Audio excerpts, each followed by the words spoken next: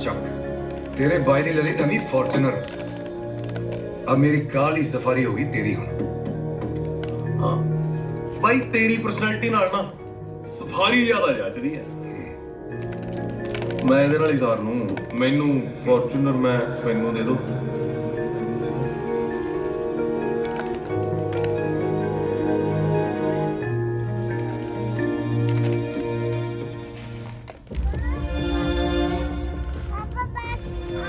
वो तेरी हुई है जो मैं ना होया कर तू चला लिया कर यार, ठीक है बंदेगा।